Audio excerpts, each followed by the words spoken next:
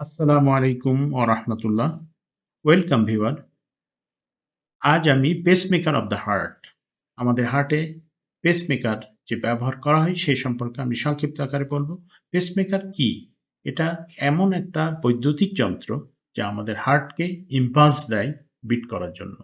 আমরা জানি যে আমাদের হার্ট প্রতি মুহূর্তে 60 থেকে 100 বার করে পাম্প করে। পাম্প করে সমস্ত শরীরে রক্ত পৌঁছে দেয়। আবার রক্ত যখন হার্টে ফিরে আসে, আবার এটা লাংসে পাঠিয়ে পিউরিফিকেশন করে, আবার নতুনভাবে হার্টে আসে ফিরে। এইভাবে 1 মিনিটের ভিতরে 70 থেকে 100 বার পাম্প করে সমস্ত শরীরকে অক্সিজেন সমৃদ্ধ এবং সতেজ রাখে।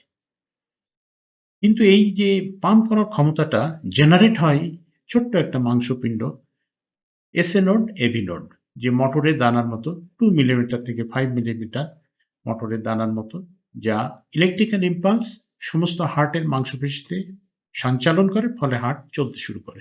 কিন্তু কোনো কারণে যদি এটা না হয়, তখনই এই পেসমেকার আর্টিফিশিয়াল ব্যবহার করা হয়। সারা পৃথিবীতে 3 মিলিয়ন পিপল এই পেসমেকার ব্যবহার করছে এবং প্রতি বছর 600,000 পিপলের এই পেসমেকার ইমপ্ল্যান্ট করা হয়। ডক্টর মার্ক কাউলি লিডউইল ফার্স্ট 1930 আবিষ্কার করেন এই পেসমেকার সম্পর্কে। এই পেসমেকার 1928 সালে সর্বপ্রথম হিউম্যান একজন শিশুর উপরে ব্যবহার করা হয়। এই পেসমেকার এমন একটা ব্যাটারি চালিত স্বয়ংক্রিয় ইনস্ট্রুমেন্ট, যা একটা তারের মাধ্যমে হার্টের সঙ্গে সংযুক্ত থাকে এবং প্রতি মুহূর্তে আমাদের হার্ট কতবার বিট করছে, যদি 50-এর নিচে যদি বিট করার ক্ষমতা চলে যায়, তখন এই যন্ত্র স্বয়ংক্রিয়ভাবে হার্টে ইম্পালস দেয় এবং তখন হার্ট আবার 70 থেকে 100 বার বিট করতে থাকে।